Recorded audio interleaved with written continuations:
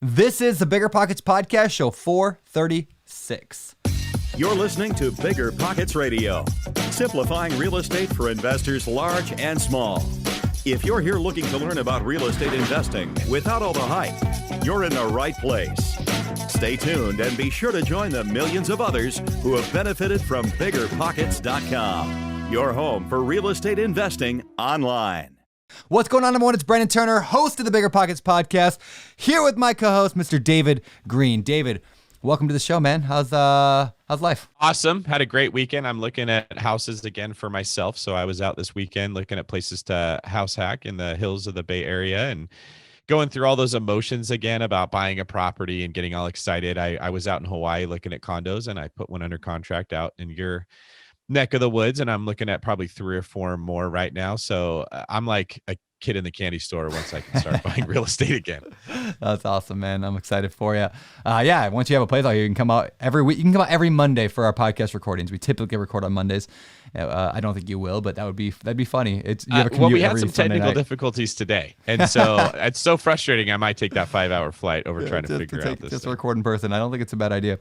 Or we just like cram like 9 weeks of recordings every 9 weeks and just do them all in like a 2-day period, which is actually kind of a cool idea to batch. But anyway, today's show has nothing to do with that whatsoever. So today's show is a really fun episode with a buddy of ours named Jamie Gruber. So Jamie is a real estate investor in the Michigan area who went very quickly from like single family to some duplexes to a larger multifamily, or mid-size, you could call them mid-size apartment complexes. And that's really what today's journey, this story is about, is how you don't have to stay small forever. You can scale up pretty quickly if you use the right tools. Specifically, he talks a lot about networking, because what I know it's like a cliche term, networking, but the way that he does it is very unique.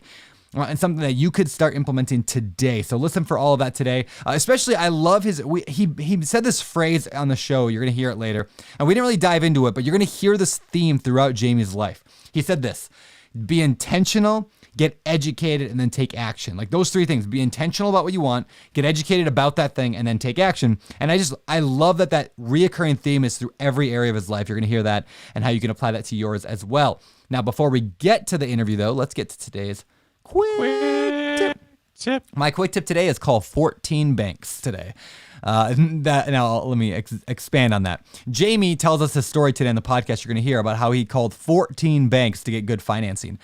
And the lesson he's trying to teach here, and then I'm going to just tell you right now, spoiler alert, is that sometimes the best loans don't come until call number 10, 11, 12, 13. And now 14 is an arbitrary number. I'm just having fun with it. But the point is, don't just accept one loan. If you're trying to get started in real estate, like don't just accept one lender. Don't just assume you're going to talk to one bank. Talk to a bunch of them. I know you've done that as well, David, in your life, because different lenders have different products. Yeah, there was a point in my life where I showed up to work. I got my stuff done, and then I literally just Googled every bank I could find in Arizona and just made a huge spreadsheet and just started emailing them all, calling them all, like every day for hours at a time. That's what I would do, because if you want to buy real estate, that's what it takes. And then through that process, you start to figure out, oh, credit unions are much different than banks. That's why these people are offering me things that these people aren't. And that's what you got to do. But you usually only got to do it once. Once you've figured out how to find the right institution, you can just, what's the example that we use? It's like you're wandering the desert and you find a well. Now you just know to go right to that one well, but you're wandering around with that little, piece of wood that they hold. Yeah, what's it called? The wishing stick or whatever? I don't know. Yeah, you're wandering around like an idiot with one of those things. Stick, I don't know. Whatever the name of that thing is called, let us know on Instagram at DavidGreen24 or Beardy Brandon. There you go. What's that name of that stupid stick? It's like they walk around. It doesn't actually. It's a witching stick. Is that what it's called? I don't know. It was in like every cartoon or movie we ever saw as kids. All right. With that said, let's get to today's interview with Jamie. Jamie is an awesome dude. You're gonna love this interview. I'm excited to introduce you to our buddy Jamie Gruber. Here he is. Jamie, welcome to the Bigger Pockets podcast, man. It is an honor to have you here. How you doing? I'm doing great, man. It's incredible to be here. I've been a long time fan, so to be here is sort of a coup for me. I appreciate it, guys. Oh, thanks, man. So tell us, where are you at in the world? So I live now currently in or just north of Ann Arbor, Michigan. I'm an East Coast guy by birth, I guess. So I lived in New York. I grew up in New York, lived in Boston for a number of years, and moved here about 3 years ago. So Midwest. Okay, the Midwest. Yeah, and I think I met you in person, didn't I, in Detroit when I was driving through, right? You did. You did. Yeah. You came up here, you dropped this big to-do, like, I'm here, everyone come see me, Yeah. and everyone came and saw you. So, Yeah, you know, that's typically how it goes. Just like, you know, come into a city and I want to do a meetup, and I'm like, who's the meetup people? And you're the meetup guy. We're gonna talk about that a little bit later today. That's right. But it's so fun to be able to, like, when you go travel to a city, to meet the real estate investors in that city, like who's doing business here, who's doing deals. And again, one of the guys, you and I just hit it off really well there. And so now you're on the podcast. We're going to talk about your journey. And you have not been doing this for 50 years. You don't have 10,000 units, but you got a really cool thing going. And so I want to kind of dig into, like, first of all, what do you do for a living? And then how did you get from that into the idea of buying real estate? Sure. Yeah. So my day job is I'm in the insurance world, insurance claims. I call myself a claims executive, which just simply means I'm in an equity position, right? So I get stock options, all that stuff, the golden handcuffs, as they call them, There you right? go. So that's what I've done for almost 21 years now, right out of college, and I've been with the same company ever since. Moved around a little bit, as I mentioned, New York to Boston to Michigan, taking different positions, bigger positions, or whatever the case may be. And really, you know, started investing real estate in, I guess, 2005, but didn't really intentionally invest in real estate until 2017. So bit of a gap between the two. I was an accidental landlord to start, and really got intentional about it recently. Accidental landlord. How that happened? So 2005, for those that are old enough to remember investing or buying pre 2008, like, you know, I'm getting this promotion at work. I've got a car. I've got the girl. Hey, I got to buy the house. So found a house in this town in upstate New York, Elmira, New York. If anybody that knows where that is, it's nowhere. It's a small town. And I remember it was $142,000 to buy this beautiful home. And I got on the phone with the bank, and the bank was like, yeah, hey, look, this is what we're going to do. We're going to take 20% as like a home equity line or home equity loan and put that down. And then the other 80% we'll put in a traditional mortgage, and you're going to avoid PMI. And I was like, yeah, man, avoid PMI. Like, no idea what PMI was, but I financed the entire thing. Like, so I bought a $142,000 house with no money out of pocket. In fact, I think I got cash back at closing somehow. And, you know, within a year of that, I doubled down and said, hey, you know what? I keep hearing about people refinancing, and I refied out to the new value of 149, and they gave me 100% financing for that as well. So life was going great. I had this house. It's 2005, 2006, got the job. You know, what's going to happen? 2-3 years, it'll be worth double. I'll sell it, and here we go, right? So that's the house I lived in. That's exactly it. So 2008 rolls around. I actually get a promotion. I moved to Boston. And the one thing I couldn't do at that point was sell my house. And I even had a relocation package, which gave me a $25,000 loss on sale provision. Like, in other words, if you sell the house for $25,000 less than you bought it for, we'll pay that difference. Go ahead and move. Couldn't get rid of it. Could not sell the house for the life of me. So what's the next thing you do? You put a renter in there. Yeah. The good thing at that time was this hydraulic fracturing. Well, good depending on how you feel about it, I guess. But this natural gas mining thing was starting to explode. It was big in Pennsylvania. This town is right on the Pennsylvania border. Companies were moving in expecting New York to allow it. So my rent was like hundreds of dollars more than my expenses. I was like, yeah, this is pretty cool. I'm making a couple $100 a month. I've got this house. Somebody else is paying the debt off. It's all good. But then a couple of years later, as things dragged on or whatever with the state, they decided, you know what, we're not going to allow this hydraulic fracturing thing to come into New York. So the Halliburtons and Exxons or whoever of the world moved out, and my rents went south. So my rent went down to about maybe a little bit more, like $50 more than what I was paying in mortgage, taxes, and insurance. So I was making no money, probably, you know, something happened, I was spending money, right? So it became an albatross. It became a problem for me. Like, man, this house, this burdensome house, I can't stand this thing. It was what it was. So fast forward now, I'm kind of accelerating my career. I'm taking these different roles within the organization to achieve what I'm doing now, this equity level job. It's kind of the top of it, right? And along the way, I'm traveling 45 weeks a year. I'm on a plane, taking that job because nobody else would do it, right? Whatever I could do to kind of advance my career. And I start to feel this lacking fulfillment with this approach. Like I feel and think that the job I want is going to get me the fulfillment. But somewhere in there, looking back now, I was starting to lose a little bit of traction with my desire to kind of continue to do what I was doing. So I read again at 24, I read it once and it kind of made sense, but didn't really do anything with it. I read Rich Dad, Poor Dad, and I'm like 36, 37 years old. And I was like, oh man, like all those years, and now I get it. So I read that book and then it was like, all right, well, hey, I got this property. Let me just sort of like make this thing an asset, not only physically, but mentally, like in my mind, make it an asset versus this albatross. And I did that. And then we actively started sourcing additional purchases at that point, made a couple more after that. So that's cool, man. And so at the time, when did you get from New York then to, like, was that in 08 is when you moved to Michigan? Late 08. Okay. No. I moved from New York to Boston in 08. I moved from Boston okay. to Michigan in 2017. I see. Okay. And so, like, by the time when you moved there, what was your next purchase? Where'd you go from? That so I'm in one Boston. house. Now you're intentional about it. Yeah, I'm in Boston, and I'm listening to this podcast you may have heard about called BiggerPockets. I'm learning all about real estate investing, and it made sense to me. It was fascinating to me. I'm reading, I'm diving in. What a lot of people do when they start getting into the real estate investing world. I go to a local RIA meeting in the Boston area.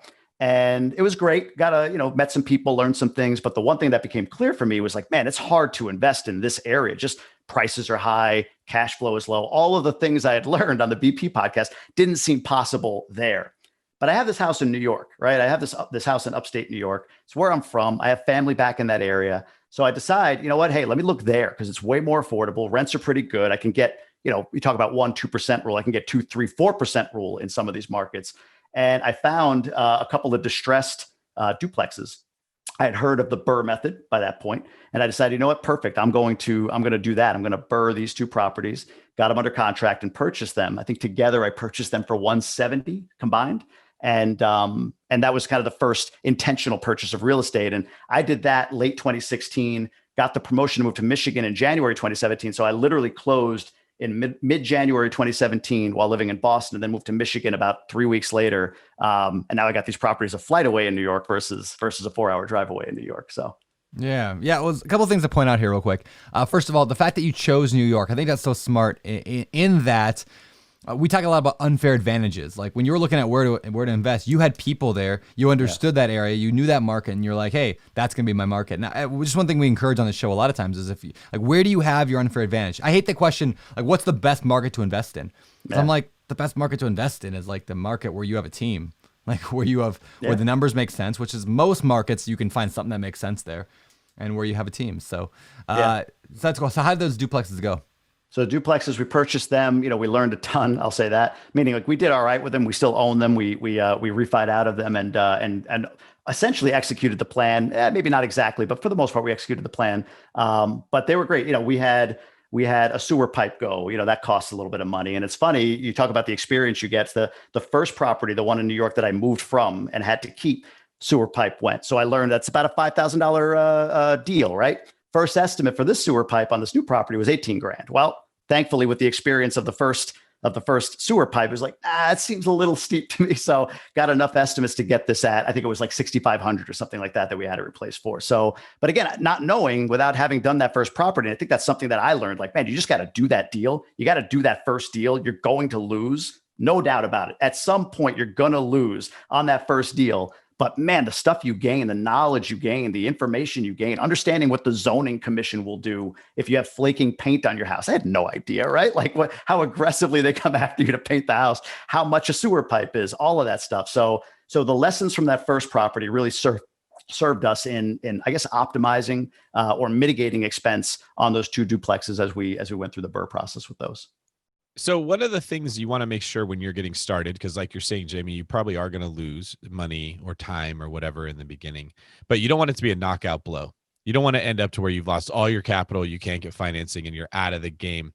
Did you do anything specific to mitigate that risk? Sounds like you were kind of mature walking into it, knowing this isn't going to be a home run. How did you make sure that it wasn't something that took you out of the game completely? So we had cash reserves that we lined up ahead of time. So we made sure we had cash reserves. Another thing I did, I don't know if it's the right thing or not, but we had a lot of equity in our home in Boston. The market there was incredible. So we took out a line of credit. We didn't really use it per se, but we took it out just in case something happened. We had access to that. But the cash reserve part was probably the biggest piece for me. And it wasn't like we had tens and tens of thousands of dollars in the bank ready for this, but we had enough to cover what we felt would be, some of the issues that could pop up based on what we saw of the property and what we had learned from the first one.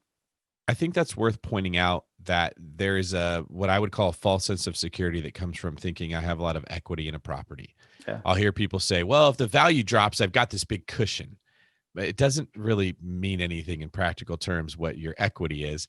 Can you make the payment is all that really matters. Yeah. And cash reserves are so much more important when it comes to can you service that debt than this imaginary equity that can come and it can go. Equity only matters when you're selling a house. If you 1,000%. if you drop beneath what you owe, you're in trouble. But even if you gain equity, it doesn't mean anything to you unless you're selling. So being able to service that payment, I just wish more people understood you solve most of the things that can go wrong with real estate by having reserves. Yeah. That's like the best piece of advice. Would you agree that that's why you felt confident enough to go in there and make that move and start your education? 100%. You have a cushion. I've got something to fall back on. I had a wife, one kid at that time. You know, it's the stakes are higher. You know, it's not just me. I lose. I move back to a 1-bedroom apartment and it's over, right? So the stakes were higher, and I wanted to make sure I had the right cushion for it. And to your point, I think debt is such an important thing to research and to find the right debt for you. Like, we'll talk after this. I went into multifamily and how debt has been good and bad in that space for me. But specific to this property, or those two properties in that town, it's a small town, college town, 20,000 people, but I called 14 banks. And I can't remember if it's revisionist history, if it was bank number 14 that I called, or like 12 or 13, but it was late in the game. It wasn't like the first 3 calls that I made. It was 8, 9, 10, 12 bank that said, hey, we've got this portfolio product actually where, you know, we'll do this financing at this term. And it served what I needed for those properties. You know what I mean? Like, it gave me everything I needed for those properties. I didn't need a ton of cash down. Like, their closing costs were much lower than if I went with a bank that was going traditional Fannie Freddie. I was building a relationship with this bank as well. So when we refied, we went right back to them and we got terms that we really could endure. So to your point, that town is a college town in COVID, has not done great. And that portfolio for us has been like, you know, we're eking by. We're doing okay, but we're eking by on it right now. But the debt, the fact that we got good debt on it is what's, to your point, allowing us to make the payment through this time. And we're starting to see it come back, thankfully now. Knock on wood. But yeah, debt is so important. I learned that lesson big time with those two properties. What have you seen? Being those properties are in New York, I know I've seen in the news a lot, like New York shutting down evictions and not allowing this and that, and like they've kind of led the charge on the tenant friendly and let's help tenants, which, you know, is good and bad, maybe depends on who you talk to and what position. But what have you seen, I guess, over the last year? What have your tenants done? Have they been paying rent? What's life been like there? They have. We had one tenant that negotiated down for 3 months. We negotiated like $100 or $200 less rent than she normally would pay because she was impacted by COVID. That was early on. That was probably April, May, June of 2020. So we dealt with that. But I mean, for me, we screen our tenants well up front. I think my wife does all of this stuff. So we screen our tenants well up front. You know, we use brokers in the area that have relationships with tenants that they've placed before. People want to pay, you know, in most markets. Like, there's your professional tenants out there, no doubt. Knock on wood again, we haven't come across one yet, but our tenants have paid. They have. The bigger struggle is finding contractors to take care of some work in that area, but tenants have been pretty good. There's a couple tenant laws out there. I think California has one similar that's like capping your increase in rent that you can you know, apply every year or whatever. And even that, the cap's like 5% or something like that. I mean, it's you know, some people look at that and they get out of the market. To me, it's almost like, all right, well, it's kind of like thinning the herd a little bit. So it might be a place to look when somebody says, yeah, we're capping it at 5%. It's like, yeah, but I'm not going to raise rents more than probably 3% a year at this point. So it doesn't really hurt me, but I get that the feel of it makes people run the other direction. And again, it's what it signals that the state is going to do in the future. They're going to get more and more tenant friendly, but we've been okay. We've been doing okay with our tenant base. I think screening is important. So you bought a couple duplexes there, and then what did you learn after those deals? That two buildings with 4 units is a lot of work. So, and I'd listened, again, BiggerPockets, I'd listened to some podcasts in the past about multifamily, but they were really intimidating. Words like syndication, words like capital raising and all that stuff. It was just like, whoa, that's another person's game, man. Like, isn't that funny? I talk about that all the time. Right? We're going to get agency debt. Yeah, oh, that sounds really cool. Right. Fannie Mae loan. Yeah. There's a ton of ways that multifamily can be made to sound very, very intimidating. It can. And it's like anything else. Like, when you hear one thing, your mind automatically goes to, oh my God, what else don't I know? Right. There's got to be so much more. It's like, well, no, you didn't know that. You didn't know that agency debt was Fannie Freddie debt. And now you know that. So now the next thing you'll learn will slap you in the face and you'll go, oh, okay, I know that now. So anyway, I learned about multifamily. I learned that you could do it without the syndication model, because again, that just felt intimidating to me in that moment. And at this point, I'm in Michigan. So I'm living here. We're managing our properties back in New York. We have 5 units. I'm feeling like the big dog at the RIA meeting because most people had none. And I just, I do what I do whenever I get interested in something. I get intentional, I get educated, and then I take action. So got educated by finding, actually, I think I heard him on your podcast, Jake and Gino. Love Jake and Gino. The guys are great. Learned a ton from Gino on, what it is to buy multifamily, what it is to buy mom and pop multifamily, and how to kind of go about that. And all of a sudden, the 10 or 12 or 14 unit building didn't sound so intimidating. So the next step was, okay, I want to go this route. I found a partner, somebody that I met through a mastermind that I had joined. We had very, very similar ambitions, goals, a completely opposite or complementary skill sets. Like I'm more, the outgoing, I'll go network, I'll do all of that. He's more, give me a spreadsheet in a dark room in a basement and I'm happy kind of guy. So we complement each other really, really well, but found a partner that we could offset each other's weaknesses, if you will. And we started looking for multifamily. And that proved much, much harder than we thought it would because, multifamily, the structure around multifamily, like the multifamily broker or agent is a very different beast, not in a bad way, but just a very different beast than your residential agent, right? You go to a residential agent, you got a buyer's agent, you got a seller's agent, one's working with you, one's working with the seller. Maybe they're doing dual agency, but in the multifamily world, like brokers own the game. They have 4 people that buy from them, and that's who they're going to continue to go to. So by the time you see a deal, it's been filtered through 2-3 different lists if you're new to the game. And that was a big learning for me going into that space. What else have you found? We're going to get into your multifamily here in a second, but what else have you found challenging jumping from like the small deals into the larger multifamily? Definitely, like I said, the broker piece was the biggest thing. And that's where we created a meetup to get around that. I'll explain that in just a minute here. But the biggest thing was that, there's a mindset component to it as well. I think that goes into it. So I think people just get intimidated, like I said before and I did by, okay, wow, this big multifamily. Oh my God, how much money? $1 million? That's $1 million. How am I going to spend $1 million on a property? So I think it's honestly more just limiting beliefs and mindset more than anything. And then tactically, definitely for us, it was more the broker side of things, just trying to find brokers that would take you seriously when you're what you think is experienced. Hey, I got 5 doors, right? But you're not multifamily experienced. So trying to break through with them can be difficult. That was my biggest challenge. So how do you overcome that? You got to take action, right? Like I wanted to be a multifamily investor. That was what I wanted to do. So the traditional route was we put together a business plan. We went and had lunch with brokers, paid for lunch. They were blown away by the business plan, which was great. Oh, wow. Most people are tire kickers. They don't even bring us this. They just come and say, yeah, I don't know. I'd like to buy a small apartment building. So the brokers that we met with would say all the right things and tell us, yeah, hey, great. I'm clear on your criteria. I'll send you guys stuff as it comes up. But then we wouldn't get that. We would either get something that's way outside our criteria, or we'd get the thing that I just saw on LoopNet the other day. Like, no, you're not sending me that. I see that. That's there. Like, I've already looked at that. That's not a good deal for us to invest in. So my partner and I were talking about this, like, well, what do we do here? Because we want to break into this market. I've gone to some meetups. I didn't love the meetup. Some of them were more like the meetup was the business more than the meetup was a value add. I ran into that quite a bit, actually. So, and we looked and saw, like, I met one guy that was in multifamily at one meetup. Like one guy, had lunch with them and then nothing kind of came of it. But of the 40 people there was one other guy who had interest in multifamily. Everybody else wants to wholesale or flip or whatever, which is great. So for us, it was like, look, there's no multifamily meetups around here. So one of two things: either someone's tried it and nobody wants to go to a multifamily meetup, so it's failed, or no one's done it yet. So we put together a meetup, and we actually called it Multifamily and More, because we were like, well, if it fails on the multifamily, we got more. We could talk about more stuff. We could get into other things and not let the meetup die in the first month. So we put it out on meetup.com. We created a little Facebook group, but nobody was in there at that point. And first meetup, we had a friend of ours loaned us a conference room in a local office. And we had like 15 people show up, and all of them were there for multifamily. So again, we didn't have any multifamily property at this point, but it was for us just a way of kind of creating a community. And what we thought was, hey, let's create ourselves as a face in this market around multifamily. Let's be known for that.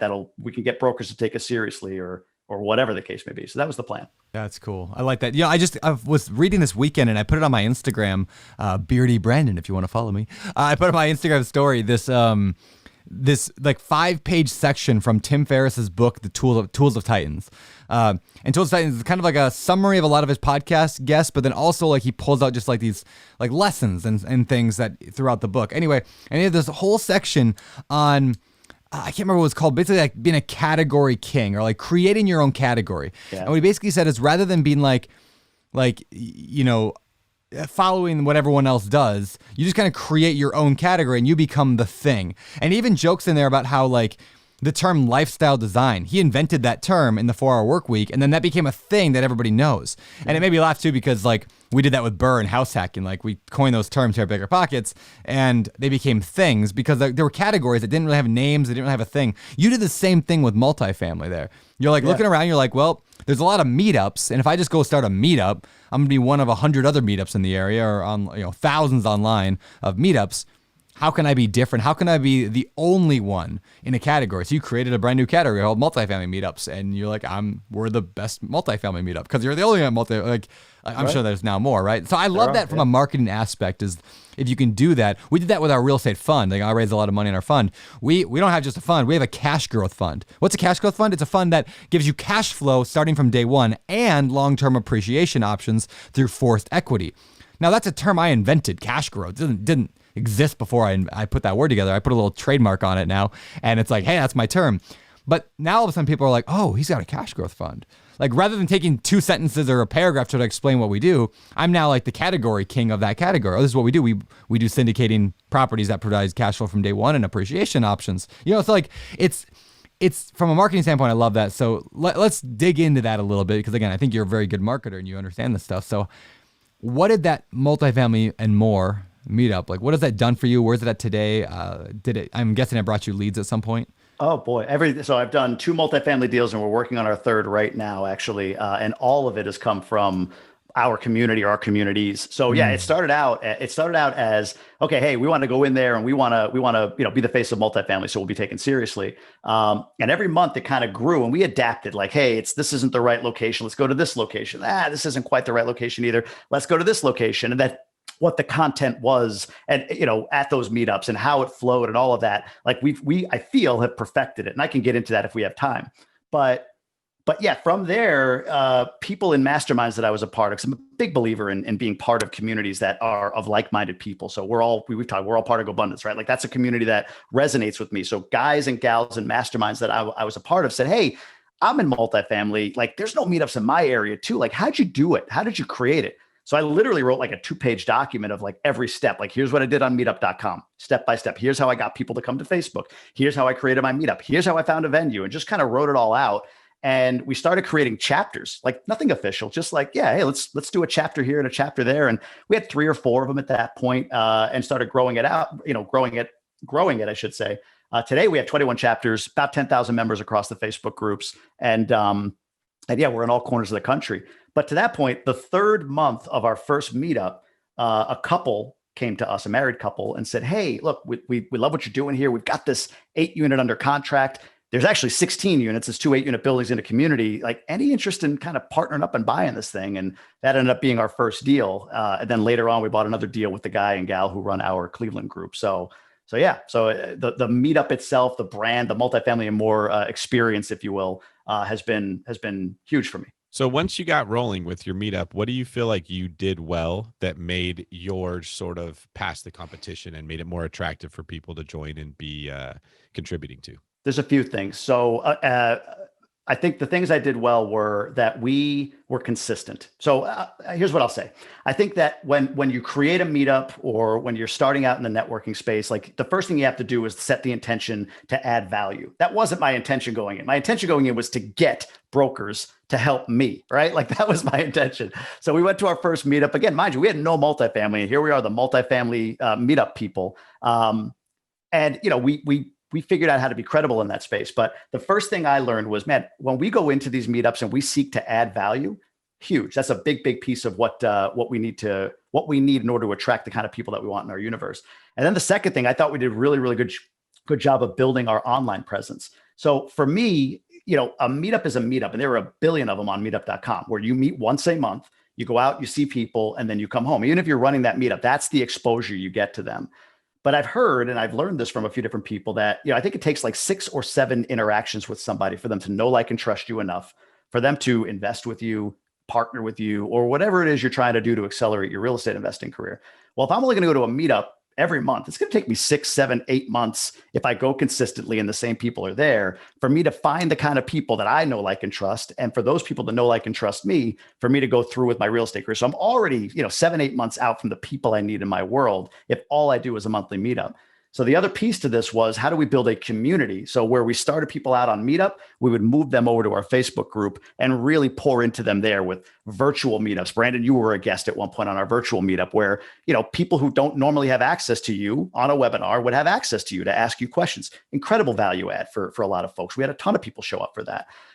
So building our brand online and leveraging the Facebook group as a community has been, I think, the biggest piece of our success. Like, we're really good. I think there are 10 million Facebook groups, and there's 1.5 billion people in Facebook groups right now. So to stand out, you got to be good in those Facebook groups, period. You can't be run of the mill. You can't do what everybody else does. You've got to be intentional, involved, consistent, engaged. You've got to delete and remove people when they're hurting the group. You have to look at it like it's your home, and this is a party, and people are coming into your home that you're hosting. And if somebody ran into your home and said, "Hey, 5% interest, no experience needed, I'll give you 100% financing. Meet me in the bathroom," right? Like, you wouldn't hang out with that person. You'd want them to get out of my house. But you see it all the time. PM me if you want this, that, and the other. Like, we kick that riffraff out and we make it about the community. I think that is by far the biggest piece of what has made our brand successful.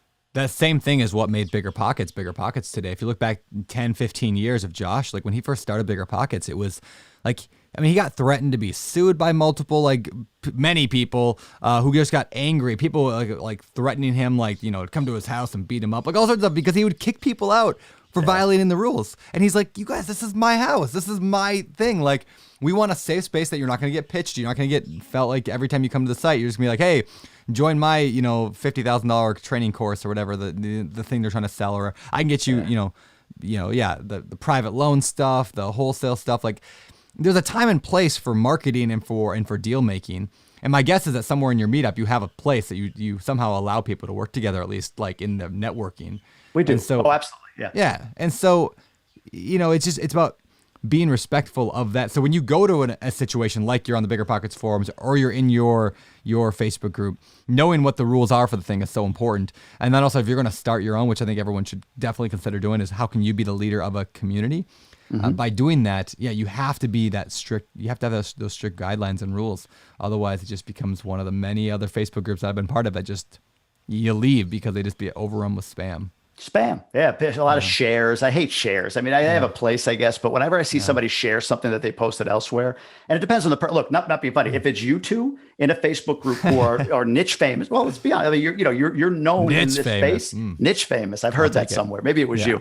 But if it's you guys posting a share, well, that's a different kind of content. But regular Joe locally or whatever that shares something that they put everywhere else, that's like sending, somebody over with a flyer to your house, again, with that same reference, and saying, "Hey, so-and-so sends his regards." Like, great, get out of here. Thanks. But there's no reason for you to be here. So that community is big. I'll give you a quick story on the point about like my community. So I think people are people first and investors second. So my content or the stuff that I put out there is often like, "Hey, what are the weekend plans for people?" Or, "Hey, if you could be a food, what would it be?" Stuff like people have fun with it, right? They comment and it creates community. That's my objective, is to create community, not just an investor class, but community. So one guy stuck a deal in the group, and we have a space for that. Every Wednesday, here's a post, put your deal in the comments. Everybody can go find it, right? We put hashtags on it, really clean.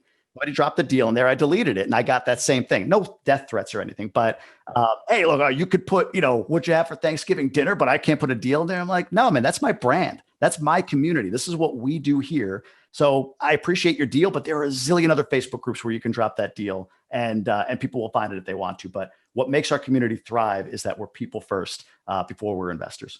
That's so good. How did you navigate COVID during the meetups? Did you guys stop meeting? Did you go online? What did you do? Went online. So I actually took a course so I could learn how to have more effective Zoom meetings, right? Because it was like, again, I wanted to add value. So I went through and I learned a bunch of stuff, little things like like as simple as movement on a screen. Like everybody, you start a Zoom meeting. We're all on Zoom right now. You just sort of sit here like, hey, what's going on? It's good to see you. But you could pipe music through Zoom. That's a good way to start a meetup off. You can have people do things like, hey, what's on your desk that's important to you, and have them show the screen. They're interacting, right? Their hands are moving. They say like the camera adds 10 pounds. It also takes like 30% of your energy away. It does. Right? So, I say that all the time. Yeah, it's totally true. So if you're like flashing like water bottles, it's all of a sudden you're watching a screen full of engagement instead of a bunch of heads sitting there. So we pivoted to virtual, and we were doing a component of virtual before. So we're a little bit ahead of our time, not expecting COVID. There's no genius here, but it was another touch point for us. Like we meet every month in person, and we meet virtually like second Wednesday and in person fourth Wednesday of every month. Hey, Jamie, what's something on your desk right now that's meaningful? My stapler. Because I can staple my lips shut when my wife is telling me I'm talking. There you go. Okay, good. All right, so let's go back to the real estate deals. I love the conversation on networking. We could talk there all day, but I want to know more about these deals that you bought. So the first multifamily you got came from someone in your group. What was that deal? So a 16-unit deal. We purchased it with traditional financing, if you will. So with a credit union. And when we bought it, I could get into this now, or I could do it more in the deal deep dive. It's up to you. It's how do you want to? You said it. Let's go to the deal deep dive. All right. Thanks for bringing us there, Jamie. This is the part of the show where we dive deep into one particular deal that you've done. Sure. So we got a lot of D's here. So let's go into it.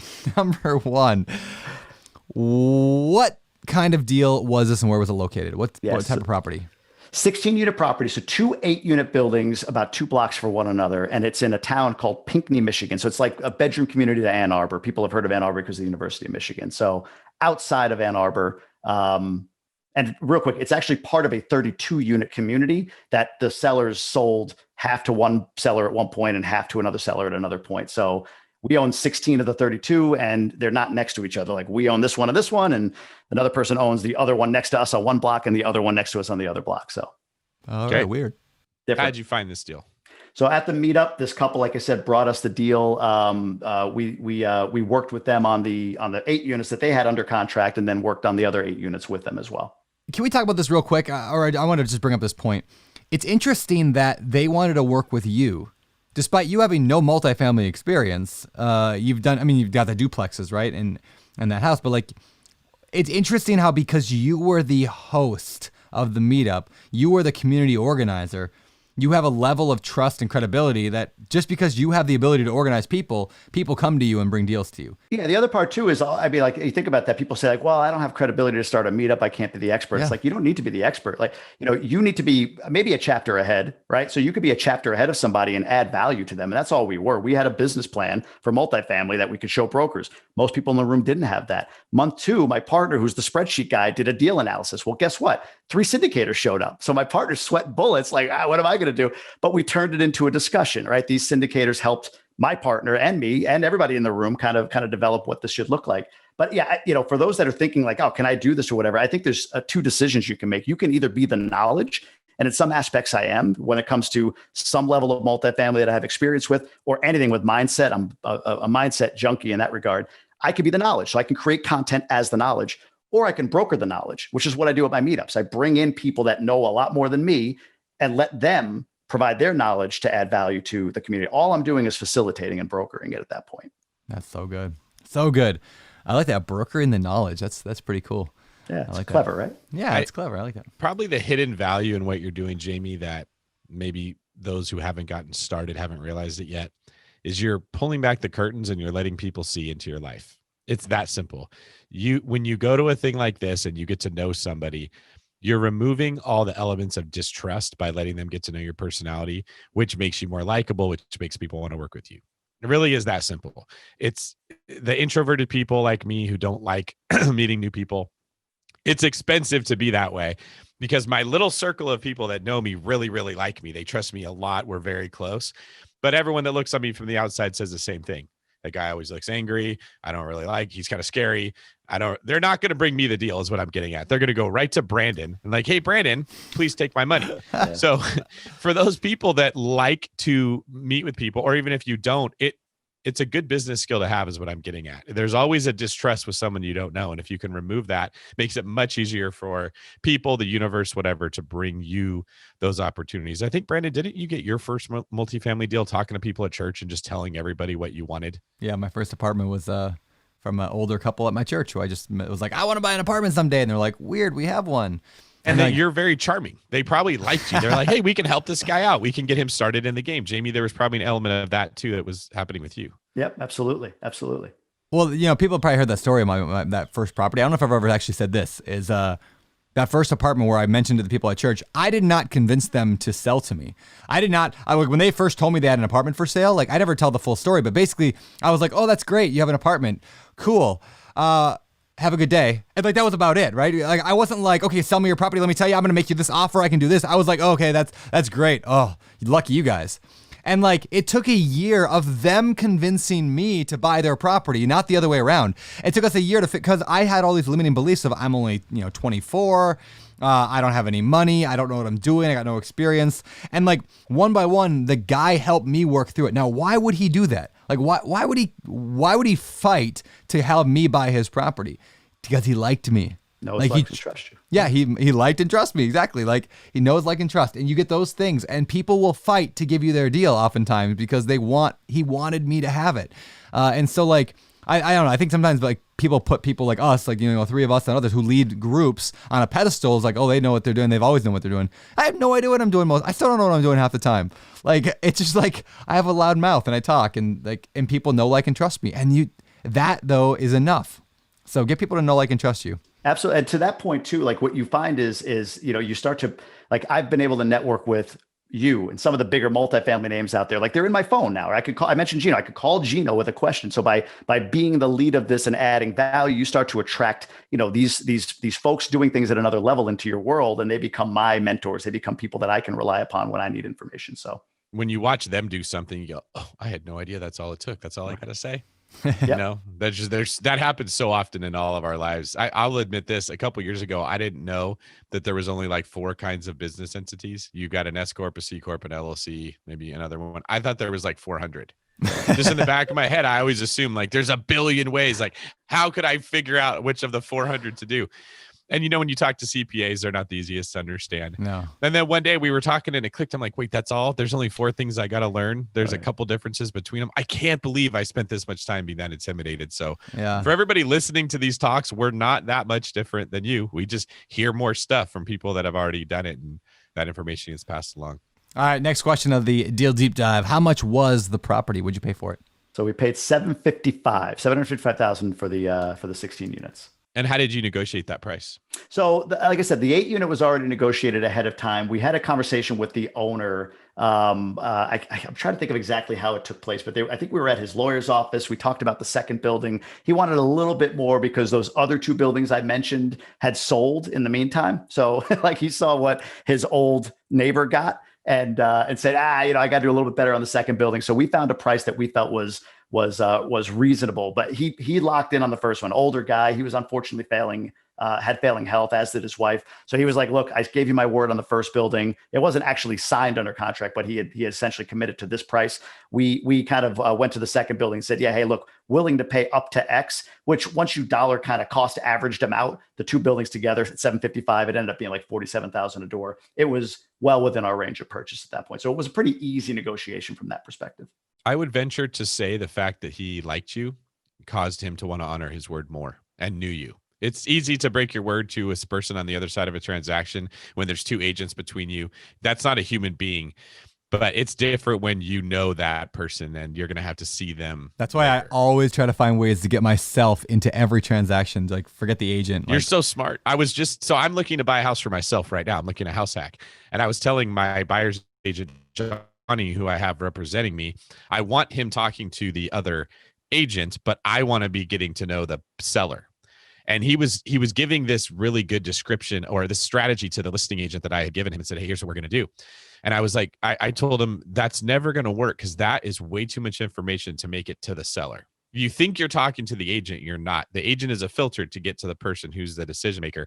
And Brandon, you're so good at just like bypassing all that, getting through the firewall and getting right into their hard drive and like, boop, I'm just going to upload this right here. You're going to love me. And I just made myself $100,000. That's funny. Well, That's thanks. But yeah, that's exactly what you're trying to do. Yeah, 100%. Yeah, relationships absolutely matter in this business. And to your point, right? Our partners, having gotten to know this guy in advance, did a great job of setting him up. And as a team, we kind of brought that home with. We did what we said we would do. We showed up when we said we would show up. We closed when we said we would close. Right? All of that happened, and I think trust is a huge component of that.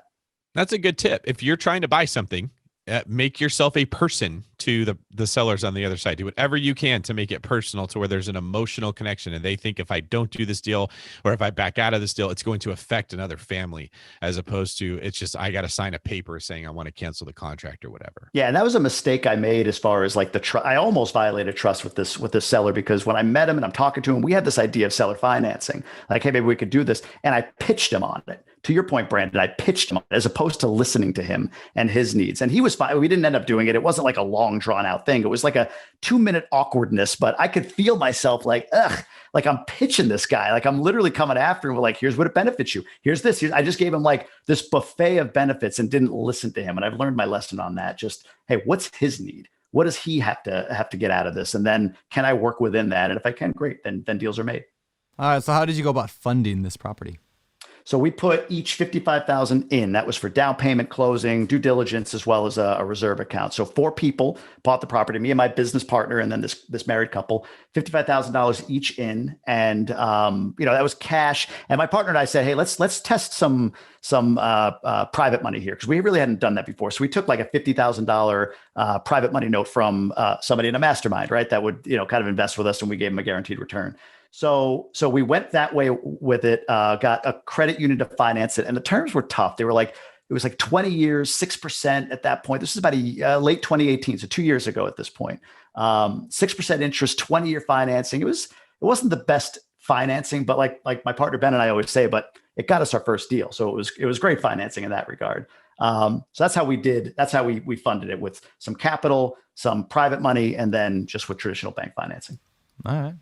So it was $220 all in. Did that cover just the down payment, or did that cover some of your rehab costs too? Yeah, it created the reserve account for rehab and everything else. Yeah, we had like a roof to put on and some other stuff that we wanted to do. So it gave us a reserve account.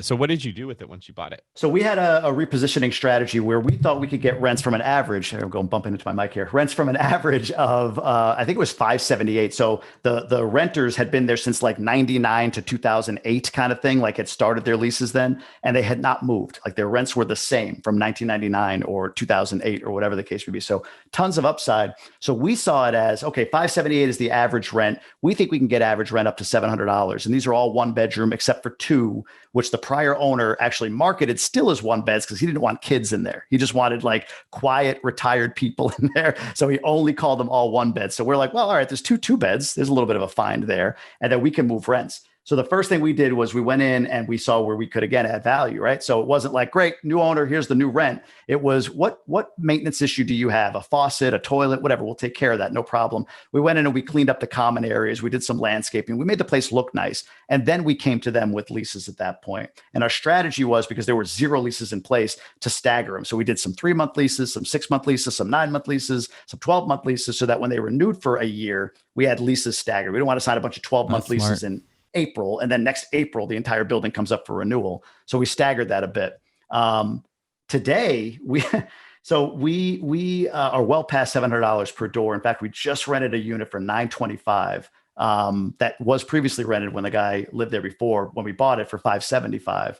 And we had what we did was we set a price for current residents that we would move them all to. I think it was like $675. Every resident goes to $675 from wherever they are right now.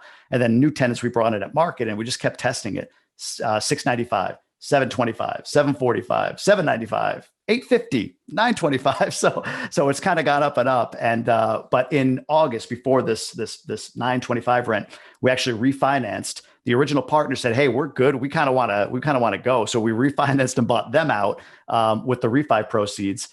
And my partner and I own the building together now, but the refi was, 25 years, 2.99% interest. I mean, we caught it at the right time. So we got really, really good debt, which matters. Our debt went up like 300 grand, but our payment went down like 500 a month or something like that. So You had me thinking about that, Jamie, when you were discussing that the financing wasn't great, is I realized it's easy to think that the loan and the house are the same thing. Yeah. Okay, I'm buying a house and this is my payment. The house doesn't go anywhere. The loan can be changed. Yeah. You can get into a deal with bad financing. In fact, I do that kind of frequently. Bad being like compared to the market. Sure. Okay. Sure. Not like bad for me personally. Yep. This is a much higher interest rate than other people are paying. This is a 5-year balloon payment situation. But I've secured an asset that I really like, that I got under market value, that cash flows, whatever. The financing can just be improved. The house doesn't change. Don't make the mistake, if you're listening to this, of thinking that your loan and the house are all one and the same. Yeah. The loan is a vehicle to get the property, and it can be changed. I'm okay to go in at 7% interest, get the place stabilized, and then refinance into 3.875 or something like that. And I think there's a lot of people that hear, 7% interest, I'll never do it, or it only makes this much money, and they just get stuck on that way of thinking, because you did it exactly right. You did what you had to do to get your foot in the door. Then when your foot was in there, you wedged the rest of your leg in, and you turned it into a really good deal. So I think that's a great story. Yeah, no, thank you. And we saw a really clear upside, right? This was an obvious upside situation. Rents were severely low. And even now we're probably sitting on, because we still have a lot of the original renters, 1,500 a month lost to lease, right? Like as far as what the potential full leases, and that's not even at that 925. Like, I don't know if we'll get that again. That might've been one renter we found, who knows? So that's not even projecting at that rent level, right? So yeah, our loss to lease is still pretty good. It's still $1,500 ish conservatively per month. So yeah, to your point, yeah, securing the asset became, I don't want to say all we wanted, but we wanted to get decent. Is your priority? It was a big priority, and we figured out some way, anyway, to get the property that was tenable for us, that we could deal with it. Yeah, and financing is also largely dependent on the condition of the property at the time you're trying to get the financing, or the condition of your own finances. So you can use financing, get worse financing on a property that's not as good, or even if you have credit issues or debt to income issues, whatever. When those improve, your financing options improve as well. Yeah. So. And what I love about multifamily too, commercial generally, is that you can bring in the people that fill those gaps for you. You don't have good credit. You can bring in a partner with credit. It's very different from residential in that regard, where you are what they're looking at, what the bank is looking at. They're looking at the asset in commercial, and the team, do they have all the components we need? I mean, within reason, you can't have 40 people on a 10-unit deal, but do you have all the components that you need?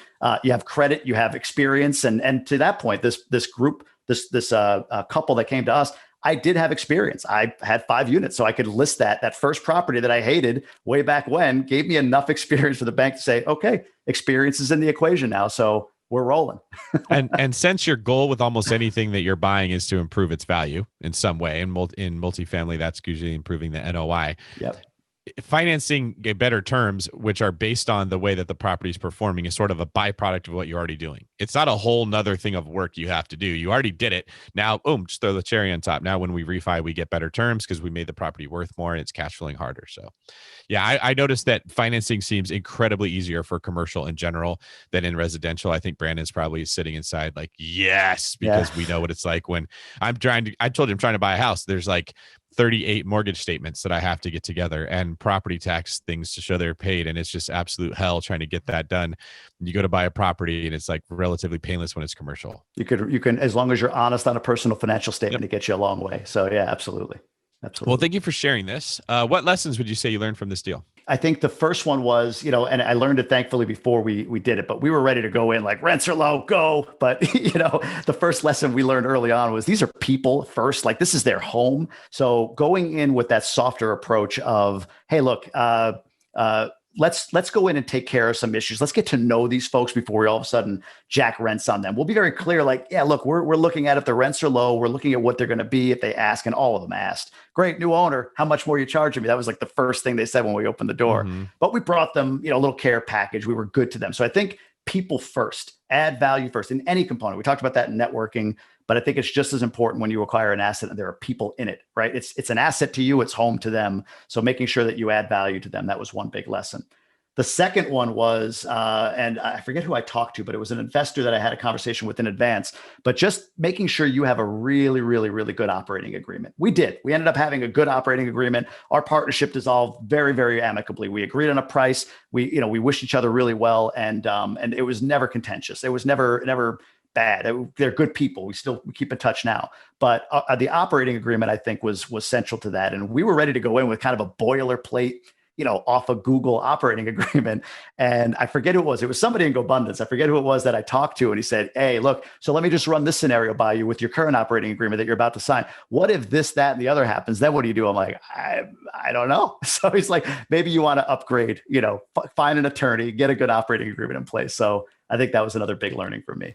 Yeah, there are things that you can skimp out on a little bit, and there are things you should not. And I think that's a good one, especially if you're going with partners.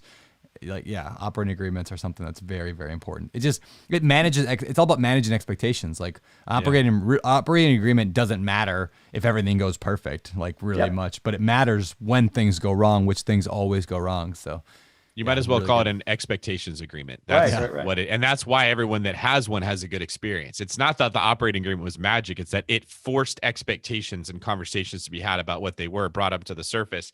And that's really the key to good relationships. It's seriously just understanding what expectations you can have. Yeah. We didn't know our partners, right? Like really, we got to know them, but we knew we shared values. They're high value people. They're very good people. And it wasn't the plan for us to buy them out after a year and a half. The plan was to refi, take the proceeds, buy another one. Well, we just bought the other 8 units essentially. But for them, they had an opportunity and they wanted to run with it. And it made sense for all of us to kind of go forward with it. But to your point, being clear on what our arrangement was, I think is key. Well, that was the end of the deal deep dive. Now I want to move into the second deal deep dive here. No, we won't go as deep, but I'm wondering, what was the next property? You bought another multifamily then that was larger, right? I did 22 units, not much larger. And that was with the folks that run our Cleveland Multifamily and More chapter. So yeah, this one, I don't have as much detail on. I'm a smaller partner in this deal because they needed a part of the team, right? They needed some liquidity, they needed some net worth, they needed that sort of thing. So I got in on that deal for a smaller percentage, and have my share in it. But we get a weekly update on what's going on. I'm actually able to be fairly passive with that, but it's a nice value add play. Again, I know this person. We have a lot of people that come to us with, hey, can you sponsor this deal? Can you sponsor that deal? But, very, very selective with saying, no, I'll sponsor this deal because I know the person, I know the market, I know the asset. And that's what we got into with the next deal. Cool. Where's that one located at? Just out of curiosity. Cleveland, just outside of Cleveland, Ohio. Same. Yeah, about 2 hours from me. Very cool. All right, man, this has been it's been good, and we're slowly wrapping things up here. A couple of thoughts before we get out of here, though, and before we get into the famous four. I'm wondering, you are leading both like the multifamily and more group. I know you're also leading you have a new thing, which we'll talk about a little bit later. What was it called? The thing through GoBundance? Emerge. GoBundance Emerge. Yeah, we'll talk. Yeah, we can definitely talk more about that. And Emerge is, largely a goal-setting mindset thing. So as we're going into the new year here, I'm wondering if you have any advice for people who are thinking, I don't set a lot of goals. I'm not a big goal-setting person. I really want something different on my life though. Like what's kind of like the process you tell people to go through who are just getting started with their real estate journey and they need some structure to that?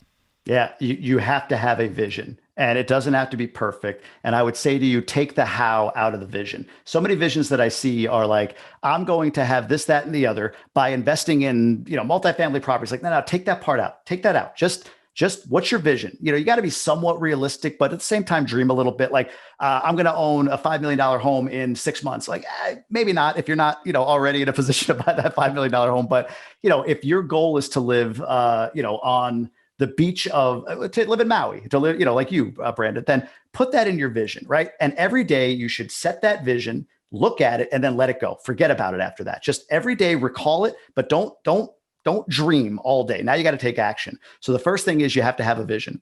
The second thing is you need to be able to outline your goals specifically, like what goals that you need to accomplish to achieve that vision. And I love breaking it down to now, kind of goal setting to the now. So in 2 years, I need to X. So this is my goal for 2 years. So in 1 year to hit the 2 year, I got to do this. That's my goal. This quarter for this year, I got to do this month for this quarter to achieve that goal, all the way down to, well, right now, what do I need to do? I need to open a Facebook group so that I can start inviting people to create my community or whatever the case may be. So you got to have the vision that compels you. You got to have the goals that really kind of that set the measure for you, and they need to be measurable. There's a big distinction between intentions and goals. Like, I want to be a better husband is an intention, but you can make that a goal. Like, I'm going to take my wife out on 26 dates this year. Does it make you the best husband in the world? Maybe, maybe not, but it's it's a goal. It's a measurable that you can track and look at consistently to get you toward that goal. And then thirdly, you have to have a mechanism by which you recall and look at your goals consistently, and you plan out the next week, the next month, or whatever the case may be. Every Sunday I sit down. My wife knows this. I leave for an hour or two. I go sit down and I look at my week. I look at, okay, what do I got to do this week to achieve this month's goals? What do I got to do this month then to achieve this quarter's goals? And I do that every week religiously to make sure that I'm tracking in the right way. People just don't, I didn't spend the time on this. I didn't learn this until joining GoBundance, which is why I'm like so passionate about this whole goal setting thing. And I did a webinar with David Osborne. For those that don't know, he's private jet millionaire, right? Like he's big millionaire, New York Times bestselling author and all that stuff. But we did this webinar where he went through his goal setting exercises. And I mean, I'm hosting it, but I'm just listening to this guy give more and more information. And I just took a ton from it. But I think you have to be intentional. I think you have to have a vision that compels you, and you have to systematically have a habit that makes you recall your goals. But the vision has to be something you look at each morning. I do it with part of my morning routine. That's my vision. And then I'm done. I'm on to action from that point on. And it's amazing how those visions start to kind of come true as you take that action over time. That little 1% change each day, it drives you there. Get a little excited about this. Sorry about that. Me too. No, me too. This is good. This is great. This is great. All right, so with that said, let's move over to the next and last segment of the show. It's time for our Famous Four. Let's get to the Famous Four. Jamie, this one's for you. Number one, favorite real estate related book. I struggled with one, so I'm going to give you two. Okay. The first one is the best ever, the best ever apartment syndication book? Yeah, Joe by Fairless, Joe right? Fairless. Yeah, great book because it's very tactical. Yes, it gets into syndication. It dumbs it down, but for me, like chapter 3 or so gets into thought leadership, right? That's a big component of Joe's whole vision. In fact, I interviewed him on only that, on thought leadership, because it's such a compelling thing. So that's one. The other one, I think for multifamily investors looking to jump from like that duplex to multifamily, I love Wheelbarrow Profits. It talks about the simplicity of the mom and pop model. Shout out to my boy Gino. All right. Does Joe Fairless have like a best ever cookbook, best ever fitness book, best ever comic book? Best ever undies, best ever everything. Yes. Yeah. I got a pair on right now. They are comfortable. They are the, They're the best ever. They're the best ever. All right. What is your favorite business book? Again, I don't like just one, so I'm going to give you two here. And I don't know if you call them business books, but they're more mindset. The first one by far is Outwitting the Devil. A huge fan of that Napoleon Hill book. I don't know if you've heard of it. I have it, but I never finished it. I started it and I never finished it. Well, you need to finish not it, from Brandon. not from lack of liking it. It was great. I just like somehow set it down and never picked it back up. The devil again. got you not to read it. The devil got me not to read it. He outwitted me. Yeah, that's right. He outwitted you. It's a weird read in the way it's laid out, but it's foundational for Think and Grow Rich. So that was a big mindset book for me. The other one, I've really gotten into biographies, and the one I read recently that I love is Shoe Dog by Phil Knight, the Nike story. So many business lessons you can glean from that. Go on for days. So I consider that a business book that's taught me quite a bit. When you read Outwitting the Devil, was it anything like the Screw Tape Letters by C.S. Lewis in format? I don't know that language you just spoke. No, what is that? Different book. It's somewhat similar, David. I guess. Okay. It's got a little. It's written from the perspective of the opposition. You're getting into their head, so to speak. He interviews the devil in his own way. Like he's actually speaking to the devil. So the book is written almost like an interview format. But yeah, he's essentially understanding. Not to give the whole book away, but like the devil's true crime, the devil, I say in air quotes, like it doesn't have to be a religious thing, but the devil's true way of getting people is not like burning in hell over killing or whatever. It's making them drift through life. It's like, suppressing taking away intention, desire, taking away intention. Yeah. And it was just a really, really well laid out book. And again, I think it sets up Think and Grow Rich well. All right. So what are some of your hobbies? Yeah, I have a couple. It's funny. I feel like I do this a lot. But a couple hobbies, and so I'm a big football fan. My Buffalo Bills are actually good this year, so I'm excited about that. But I haven't watched a game in a few years. Are the Bills still playing? I didn't even know they were still a team. I'm going to bypass that. I haven't watched a game in a few years because I have young kids, and it just felt like a waste of 3 hours I could be spending with them. But the 5-year-old is starting to watch, so I'm starting to watch again with him. So that hobby's back. The other one, I love spinning. And I have kind of a warped mind, like you go spinning, not like sewing things, but go to a spin class. Yeah. So I take the spin instructor's quotes, I twist them to be a little bit less than what they're supposed to be, and I post them on Facebook all the time. People get a lot of joy out of it. It makes me smile whenever I see them. It's pretty good. Give us an example of one. Now we need to hear. Oh God. Yeah. All right. I don't know. So in spinning, you have a resistance knob. right? Okay. So you have to turn the resistance knob, but the instructor may say something like, come on, reach down and turn that knob. I can see you. That just cracks me up. So I put that out on Facebook, with a little innuendo. If you will. People. Yeah. You crack me up quite a bit. Too much? Facebook. Sorry. No. Did I go R-rated on the good. BiggerPockets podcast? What's your handle if people want to follow you now and they want to read these? You can follow me on Instagram at the Jamie Gruber. It's been a while because our spin studio has been closed down recently, but I'll start up again hopefully mid-January if Michigan opens up. But at the Jamie Gruber everywhere you can find those. All right, last question from me. What do you think separates successful real estate investors from those who give up, fail, or never get started? I think it's a couple of things. I think we mentioned it. One is they don't have clearly defined goals, which we go back to that vision and setting goals. They just don't take the time to truly define their goals. There's a stat, and David said this in the webinar that I mentioned, 95% of people don't set goals. 95% of millionaires do, right? So there's a clear distinction between, if you're a millionaire and you're doing well, you have goals. So that's one. The second one is, and I'm guilty of this, BiggerPockets is a tremendous value as far as a podcast. But I think some people, when they listen to the podcast over and over, they hear the mistakes everybody makes, and they make an endless checklist of go through a deal and make sure I don't make all these mistakes. And so they find one little thing, and it's like, oh, can't do this deal. But it's like, that's not a deal killer. It's just something you have to be mindful of. So doing a deal, and I don't say that flippantly, like just go buy something. Not at all. Write the numbers down, make sure it pencils out. And then with your best knowledge, buy the thing, understanding, like I said before, you're probably going to lose on that first deal, or you're going to lose at some point on that first deal, but you gain in knowledge. What you gain in knowledge and experience is exponential. So yeah, maybe there's an analogy of you're at the top of a hill, you want to go snowboarding, you're going to fall going down that hill. You're not going to have fun on your first time. You don't want to go to a black diamond. You don't want to die on your snowboard. Yeah. But if you can figure out a way to mitigate the way that you're going to take those bumps, you'll learn snowboarding. And then there's people that absolutely love it. That's a great analogy.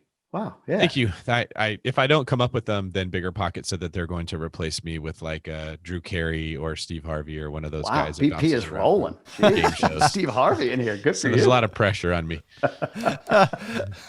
All right. Thank you, Jamie. Last question. Steve Harvey on the podcast. That'd be an amazing episode. That would be. I don't see how that wouldn't be entertaining. Yeah. If anybody knows Steve Harvey or Drew Carey, we will take either of them as a guest on the podcast. Thank you. The price is right. Yeah. Yeah. Okay. Let's see.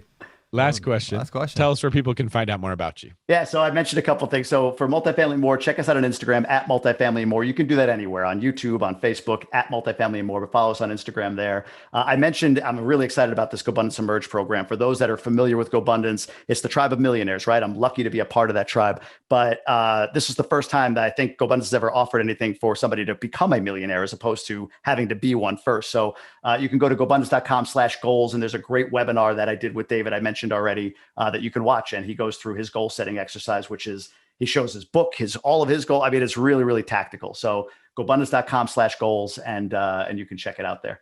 That's awesome, man. Really appreciate it, and look forward to you doing that, and just provide so much value for people in all your communities. You got multiple communities here, and you're awesome, man. So appreciate having you on the show today. Thank you. Yeah. No, thanks for having me, guys. Thank you. David Green, you want to get us out of here? This is David Green for Brandon Cash Growth Turner, signing off. You're listening to BiggerPockets Radio, simplifying real estate for investors large and small. If you're here looking to learn about real estate investing without all the hype, you're in the right place. Stay tuned and be sure to join the millions of others who have benefited from BiggerPockets.com, your home for real estate investing online.